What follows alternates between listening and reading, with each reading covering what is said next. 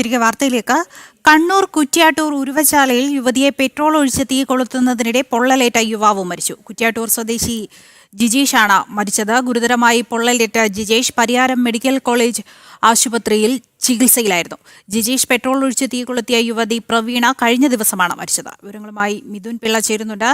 മിഥുൻ, എന്തൊക്കെയാണ് കൂടുതൽ വിശദാംശങ്ങൾ? കഴിഞ്ഞ ദിവസമാണ് ഇത്തരത്തിൽ കുറ്റ്യാട്ടൂർ ഉരുവച്ചാലിൽ യുവതിയെ പെട്രോൾ ഒഴിച്ച്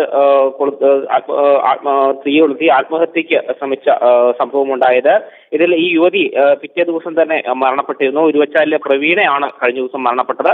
ഇതിന് തൊട്ടു പിന്നാലെയാണ് ഇന്ന് രാവിലെ ഈ തീ കൊളുത്തിയ ജിജേഷ് എന്ന് പറയുന്ന കുട്ടാവ് സ്വദേശി ഇന്ന് പുലർച്ചെ മരിച്ചത്. രണ്ടുപേർക്കും ഈ സംഭവ സമയത്ത് തന്നെ 40% പൊള്ളലേറ്റിരുന്നു. ഗുരുതരമായ അവസ്ഥയിൽ കണ്ണൂർ പരിയാരം മെഡിക്കൽ കോളേജ് ആശുപത്രി ഇവർ ചികിത്സയിലായിരുന്നു.